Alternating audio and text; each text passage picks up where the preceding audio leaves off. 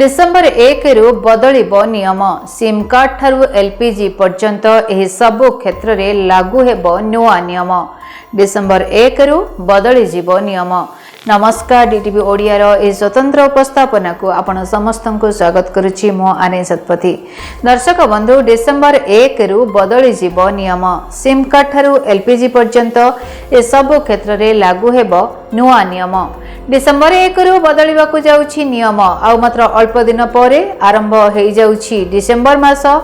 नुआ वर्ष रे किछि नुआ नियम भी लागू होई जिवो।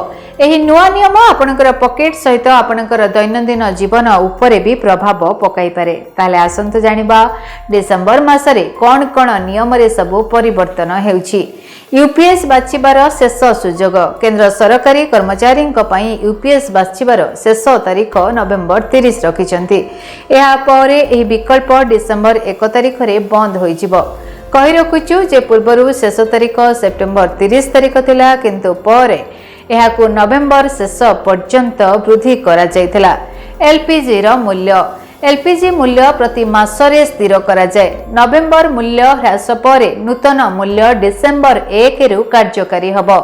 एही परिवर्तन आपणकर पॉकेट को आश्वस्ति देई पारे किंबा टिके चाप भी पकाई पारे। जीवन प्रमाणपत्र पेंशन भोगी जीवन प्रमाणपत्र दाखल करिवार शेष तारीख नवेम्बर 30 रही। एही तारीख परे जीवन प्रमाणपत्र ग्रहण करा जिवो नाही, जहा पेंशन देय बाधा सृष्टि करि पारे।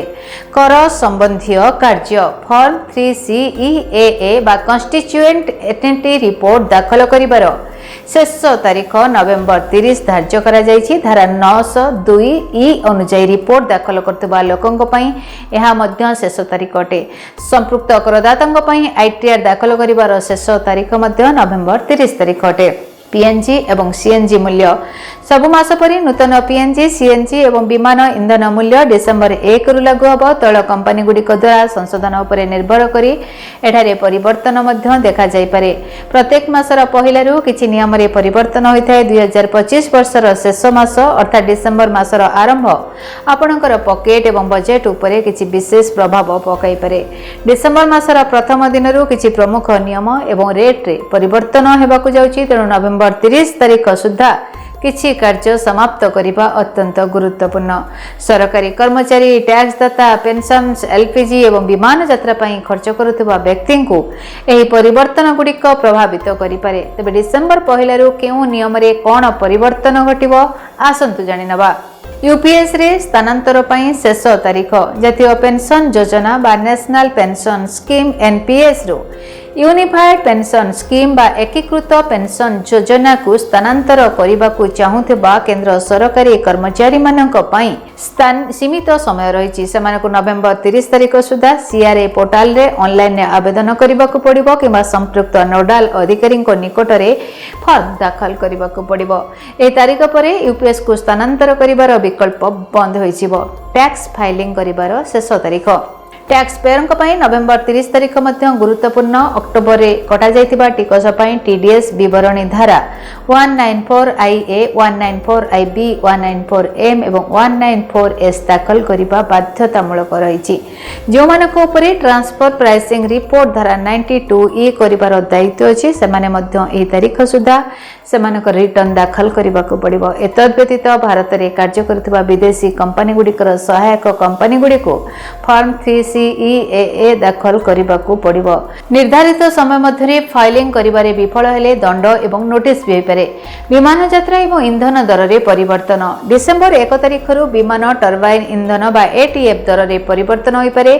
जदि मूल्य वृद्धि पाए तबे विमान टिकेट महंगा हेबार संभावना रहिछि। पेंशन भोगी लाइफ सर्टिफिकेट पेंशन पाउथिबा पेंशनर्स मानकु नवेम्बर 30 तारीख सुधा लाइफ सर्टिफिकेट दाखल करिबा बाध्यतामूलक रहिछि। ए समय मध्यरे एहा न कले समानकर पेंशन स्थगित रहि पारे। एहा बैंक पोस्ट ऑफिस किबा जीवन प्रमाण आप भली डिजिटल पद्धति माध्यम रे करा जाई परिबो। तबे दर्शक बंधु आपण माने एबे डिसेम्बर मास तो आरंभ हो गलानी, तेणु यथा शीघ्र निजर ए सब कार्य गुडिक जहा रहिछि तुरंत करि नियंतु, कारण बहुत बड़ चेंजेस हेबाकू जाउछि। नवा वर्षर अनेक अनेक शुभेच्छा शुभकामना। विदाय दियंतु। धन्यवाद। जदि आपणक जीवन रे व्यक्तिगत पारिवारिक समस्या, कर्मक्षेत्र नियुक्ति, वैवाहिक समस्या, वास्तुदोष एवं माली मकदमा आदि समस्या थाए ताहेले समस्यार समाधान और परामर्श पाई आमको जोगाजोग करंतु। ज्योतिर्विद doctor Bhabani Shankar Mahapatra, Budheswari colony, plot number 26, Bhubaneswar. Phone number 9776833302 9439444924।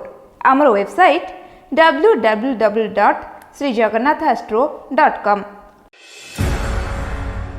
केमिति कटिबो 2026 मसीह आपणक भाग्य केउ राशि रे रहिबो समस्या आउ किए हेबे लाभवान केमिति रहिबो मेष ठारू मीन राशि पर्यंत भाग्यफल जानिबा पई देखंतु आम कार्यक्रम 2026 भाग्यफल 2026 मसीह आपणक राशि संपूर्ण भाग्यफल जानिबा पई चैनल को सब्सक्राइब करंतु, बेल बटन को ऑन करंतु। देखंतु डीटीवी ओडिया। डीटीवी ओडिया देखिवा पई सब्सक्राइब करंतु एवं बेल आइकन को मध्य दबाई दियंतु।